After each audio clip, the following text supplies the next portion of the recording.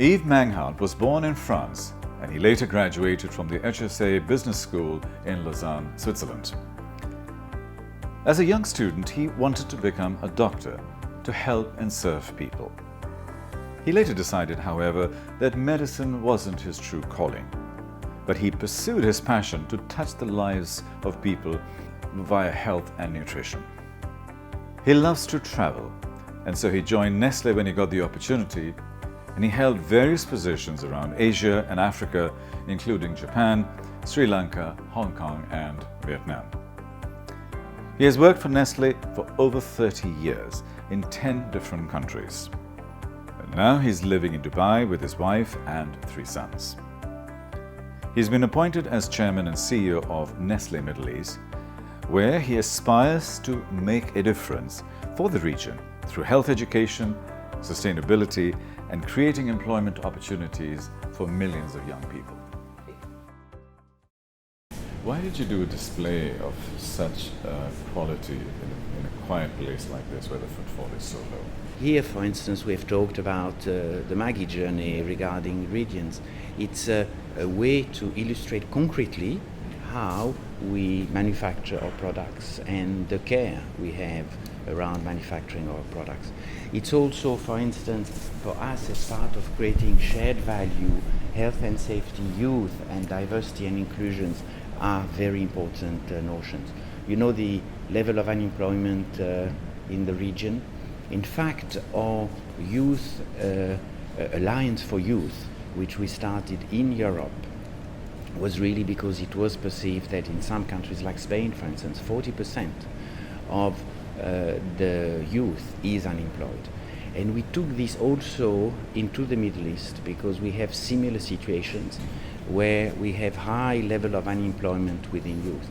And for us, it's all about helping them to be better equipped to start into an active life. So of course, we have, for instance, graduate programs where we hire young graduates, but we also have curriculum vitae clinics, we also have apprenticeship, we have internship, which help the students or postgraduate to at least start having being more familiar with the working environment and helping them to eventually find employment.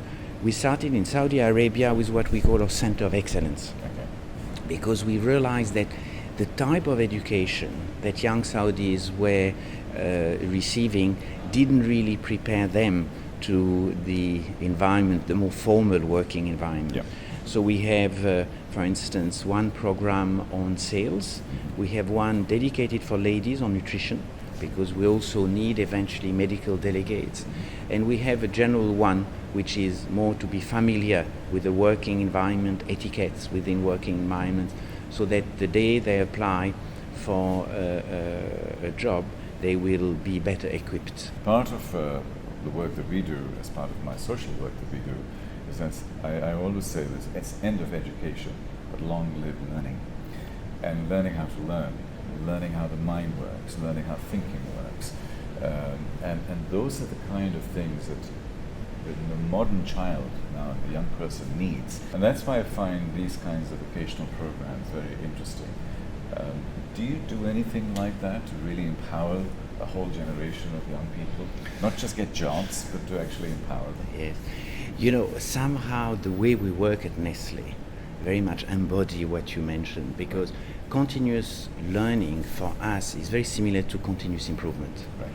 And continuous improvement is from a more business point of view, but continuous improvement as an individual, to become on an ongoing basis, to try to become a better oneself. Yeah. And I think that continuous education is, in my view, very similar to curiosity.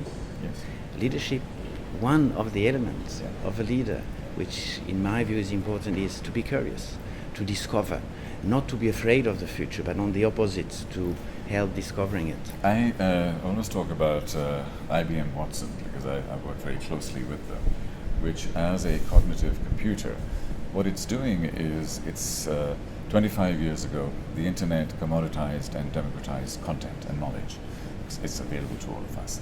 Today, cognitive computing and artificial intelligence is democratizing and commoditizing expertise. Expertise. So if you're a lawyer, if you're an accountant, if you're an expert at anything, your days are numbered because expertise is going to go into the computer. So the left side of the brain just goes away. So now we're left with the right side of the brain, which is love, humanity, intuition, curiosity, serendipity, all of these things, EQ, which makes us human. And a lot of the work that we're doing is on this side of the brain. How do we develop this side of the brain? How are companies like yourselves, which run a factory and a process, that a lot of these things will get automated. Anything that can be automated will be. You need to make money. And anything that cannot be automated will be 100 times more valuable, which is the human side, the EQ side. What are your thoughts on that? I think you're absolutely right, and we are at a phase of great transformation. EQ is something 20, 30 years ago we probably started to talk about it, but we're very shy to talk about emotional quotient or emotional intelligence. Everything was about IQ, because if you knew more than somebody else, you would have had a better chance. Today, I would tend to say that we're evolving towards a phase where the more you will be able to adapt and help others to perform better, the better chance you will have. It's something which we do on daily basis with everyday coaching. And everyday coaching is going both ways. And I think earlier you talked about reverse mentoring. It's something which is important, but again, reverse mentoring may often be around more IQ topics because you have a gap of knowledge between generations. But reverse mentoring and everyday coaching around EQ is definitely becoming a very important asset. One of the things I talk about in a lot of my presentations is about not just EQ, but all of the multiple intelligences. Because Leonardo da Vinci, basically he said you need to be able to use all of your intelligences. Your spatial intelligence, your spiritual intelligence, all of the elements which have become an integral part of who we are. And I think we, in the industrial age, stopped using them. And we didn't train ourselves for that. Now we need to go back to nature, go back to basics to start connecting with our other intelligences. Because mothers are very good at that, because they are intuitively very good at protecting the child. But we become more robotic. And I think companies, and I see this environment, and I find it fascinating that I'm in a factory. And bravo to you to have visualized that. I think it's part of that evolution where just to survive, as humans, we needed to understand why and how. Yeah. Now, younger generations are helping us to focus on the what for, and the whole notion of what is the purpose behind it. Yeah. And I think that it's something which is close to our heart, because we strongly believe that at Nestle, we are driven by purpose and guided by values. The purpose for us is to enhance quality of life and contribute to a healthier future. And I think it's a purpose, enhancing quality of life. It's somehow a reason why many of us can get up in the morning and be ready to contribute for a better tomorrow. I think it's that notion of purpose is more and more important for the younger generation. We're working towards a tree of life. Share with us your thoughts, and then we'll go back and do a flashback about your life. I think this tree, first of all, is made, or the leaves are made with packaging of our products. Right. And it's all about sustainability. It's growth and sustainability, and very much linked to some of our endeavors which are part of creating shared value. We have, for instance, the Nestle Cocoa Plan. We also have the Coffee Plan. We have the whole questions of end-to-end sustainability, sourcing, raw ingredients. And this is part and parcel of the way we do business at Nestle, because we are very much aware and keen to make sure that whatever process we have in manufacturing our products are sustainable. You know, you mention shared value regularly, and there are many definitions of shared value. Very often I see it as a platitude. You know, it almost goes in a PR statement somewhere. You seem to be living it, but can you define it from your perspective, what genuinely is shared value? Yes. And how it sort of permeates society and permeates your environment? I think a lot of people have in mind corporate social responsibility. Yes. And to a large extent, corporate social responsibility is often associated with signing a check. Exactly. So you sit comfortably at home and you make a donation. For Nestle, creating shared value is all about doing things together for the good of the employees, of the consumers, of the customers, but also society at large. Yeah. So what we do, for instance, regarding a cocoa or coffee plant is to help farmers to have better crops, to be able to premiumize the raw material they will be selling. We educate them. We do the same in countries where we are linked with liquid milk, where we help farmers to look after their cows in a better ways. Of course, creating shared value starts with creating employment. And I think this is part and parcel of looking at all the elements from the start of creating employment, working with and for the communities we are in, and making sure that what we do is sustainable. And for instance, this factory has zero waste to landfill. We are in the process by the end of the year to be able to be 80% relying on solar power in Al-Maha factory. So these are things which, when you put them together, is really about creating shared value together. Over the last 10 years, Nestle has had a lot of pushback in terms of its PR positioning on water and various other elements working, let's say, in the last 5, 6, 7 years, especially in the region that we're working in terms of taking us forward from there? I think one very good example was the work we have been doing, for instance, in Iran, where we have helped the large farms that you have in Iran, one in particular which has 10,000 heads, to be able to have a milk which is fit for consumption, based on the Nestle criteria, and which could eventually be used for infant formula. And this is something even the authorities were not aware of in terms of quality of the milk which was sold in the marketplace. And it's working together with these farms, helping them to better appreciate the level of antibiotics or to make sure that we don't have alpha toxin, that they were able to reach a point where now the quality of their milk is of infant formula standard. About 10 companies, or probably even less, about 7 companies in the world control about 80-90% of all of the brands related to food and around that.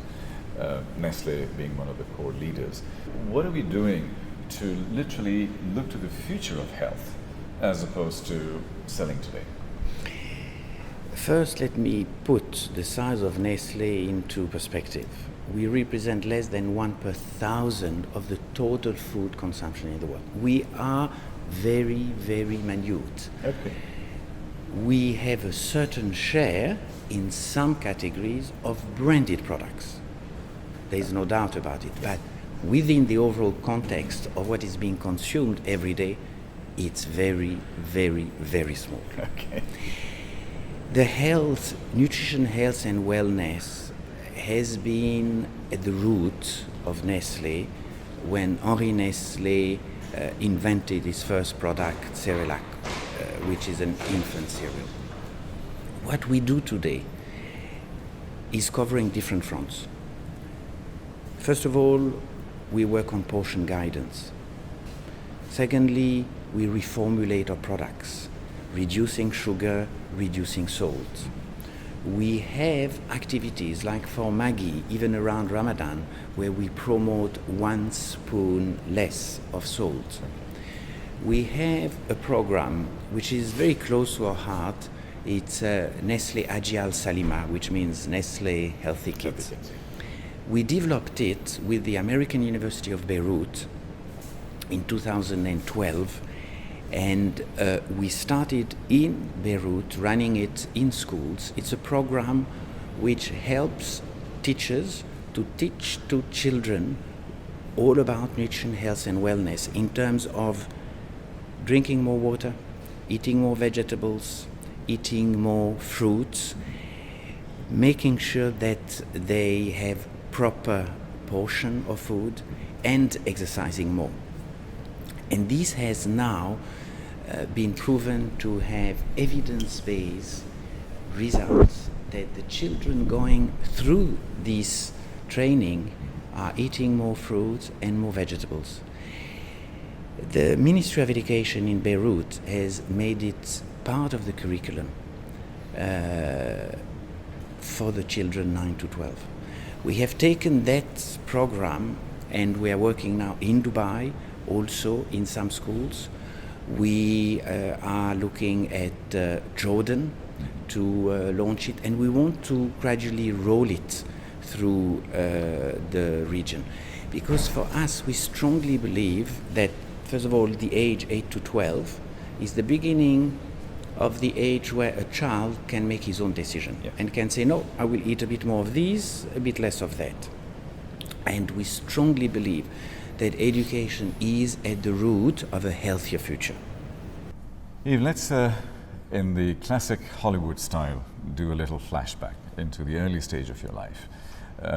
As you were growing up, what was inspiring you? Were there any moments that you remember? You see, I think I've always looked forward, and I'm the youngest of 4. And I have to say that my older siblings were for me really a focal point. Right. I wanted to grow faster, I wanted to learn more, I wanted to be the way they are. Did that make you more competitive? Did that make you more, how did you develop as a person? Probably competitive, but certainly more curious. Mm-hmm. I really wanted to discover, and I think it's also probably why I joined Nestle as an expatriate. Right. I wanted to discover the world. Yeah. I wanted to discover new communities, new way of thinking, new habits, new history. Yeah. You developed, as a young person, your first qualification or your education was in medicine. Could you tell us what guided you there and why did you leave?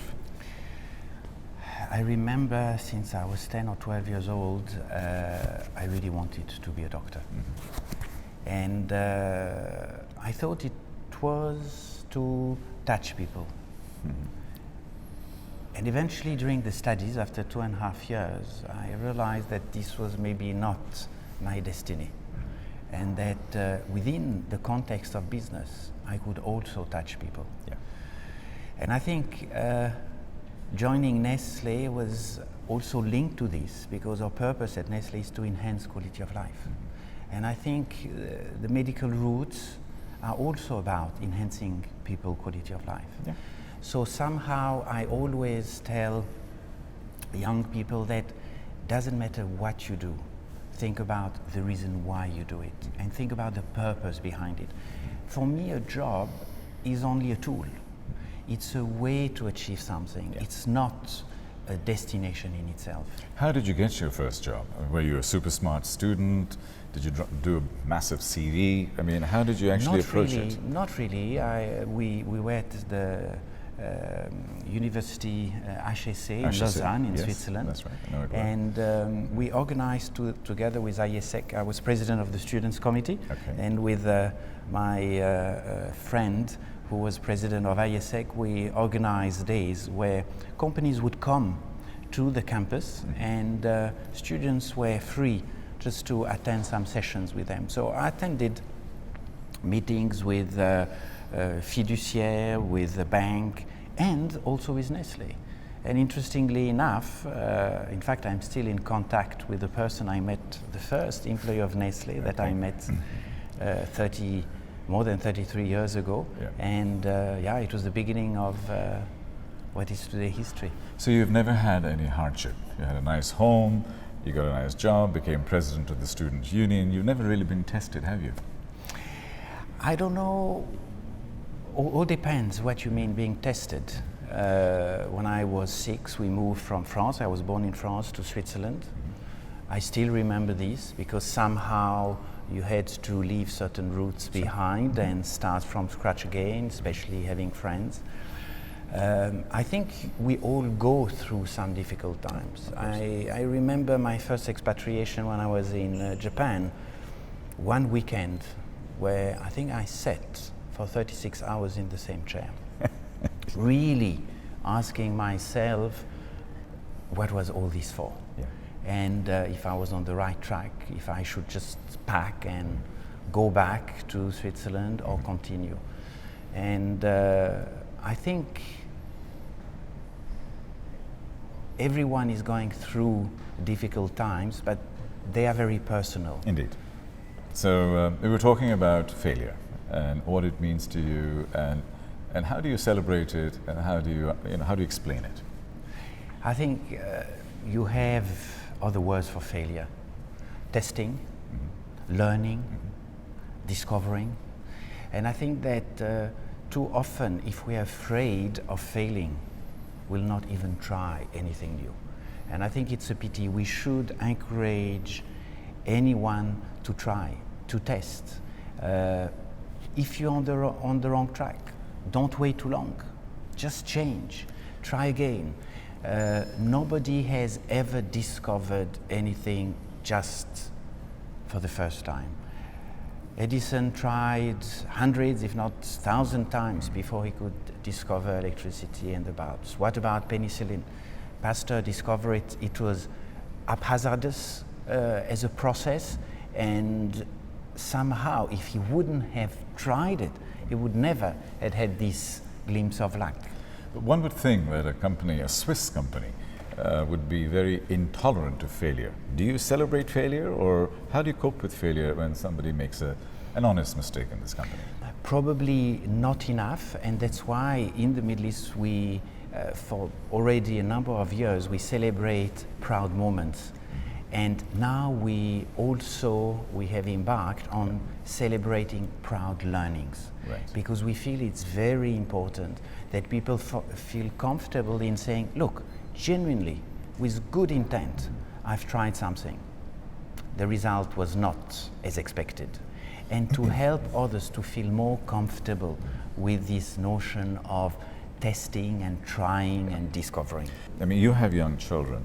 How old are they? How old are your children? We have 3 sons, Okay. 19, 17 and 11. Right. The eldest is in Manchester, finishing his first year, studying material sciences. Okay. The second and the youngest are here with us in Dubai. And when they are learning, are you just letting them go and develop themselves, or you have a view of the world in terms of what your kids should do? We really let them free to learn the way they feel appropriate for them to learn.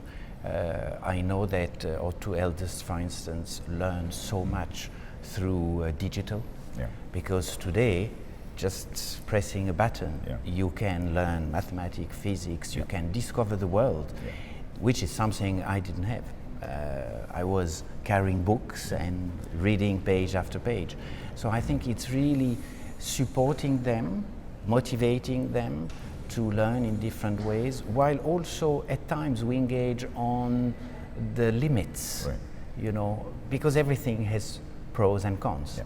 But it's very much today, I think that engaging with people, it's more about listening, supporting, much more than teaching. Because very often they know and they have experienced things we didn't. So the sharing Yeah. is very important. What is your advice to a lot of young people, to tens of millions of people who will be watching you, in terms of getting their first job, getting their first break? What are the kind of things that you would recommend or you would advise them to be successful? First and foremost is for them to follow their heart without leaving their brain behind. Okay. But I think it's very important to have a passion for what you do, irrespective of what that passion is all about. Yeah. But if you really strongly believe about something, you will definitely be able to make a difference. Secondly, don't give up if you hear no. Hearing no is just another way for you to understand that you have not yet been able to convince somebody Yes. in a relevant way. Yeah. So try again. Doesn't matter how many no's you hear, try again and again and again. Be open to advice. Sure. Because you may at times reshape the way you want to present Yeah. what you want to do or what you want to achieve. Yeah. But still keep to what you really feel is very close to your heart. Jobs versus entrepreneurship. What would you recommend? I mean, your founder 150 years ago was an entrepreneur, and he started, and that's what we have been. Our grandparents were entrepreneurs. Yes. Why are we stuck with jobs? I think, first of all, you can be an entrepreneur even if you're working in a large corporation. Mm-hmm. I think just to classify, jobs versus being entrepreneur is probably part of the past, mm-hmm. because things are evolving in a way that the two notions will become much more fluid. Mm-hmm. We will go through automation of a lot of tasks and transactional activities. We will need more and more people brains, people emotional quotient. I really see the evolution of life over time from IQ today being more and more EQ, not yet really having started SQ, and I think the spiritual aspect, the reason of being in this world will become more and more important. The whole notion of sustainability will employ a lot of brains. Will we be remunerated the way we are today? Probably not. Yeah. Because you have far too much on one side, you have far too little on the other side.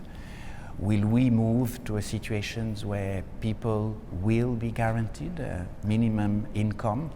Probably yes, because I think we are moving towards a more balanced environment where we work together for the sustainability and the progress. The social contract is changing, and I think a lot of the young people now need to recalibrate themselves with the new social contract, and I think part of that is happening. Would you hire temporary people? Would you hire part-time people, freelancers, and so on? In other words, they can still connect with Nestle without actually having an employee card and a stamped product.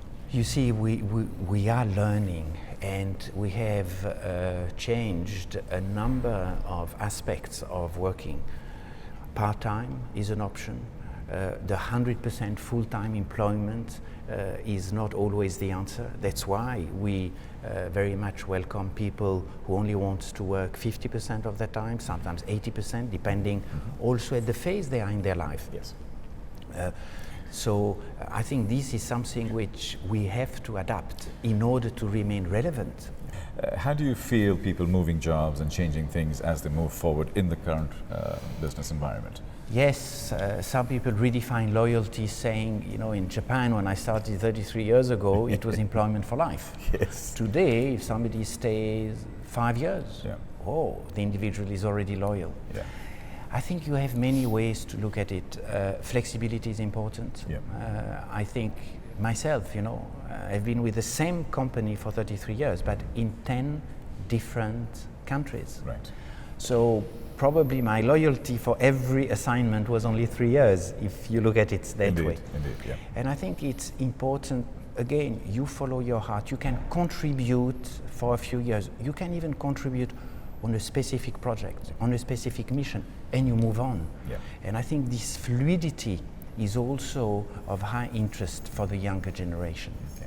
So my final question to you, Yves, is imagine we have taken those HoloLens and have a, I don't know, a spaceship, a time capsule, and we project ourselves to your 90th birthday. And we're all here celebrating your 90th birthday. What would we be saying? What has Yves done in his life? You're at the pinnacle of your life right now. You can keep going. You're at a good inflection point. What have you done in the next 30, 40 years of your life? I hope that people will recognize that I am a constant learner. I mentioned earlier my obsession is all about growth, becoming a better oneself. Yeah. And this is really, for me, one of the main aspects of life. Becoming a better myself, being able to touch people in a more effective way, and be able to contribute to our communities in a more relevant way. And if your children come there and say, Dad just kept on learning and we had to keep pace with him, would that be a proud moment for you? Yes, very much. Yves, it has been a real pleasure. Thank you so much. I really enjoyed it. Thank you very much. Thank you. Appreciate it.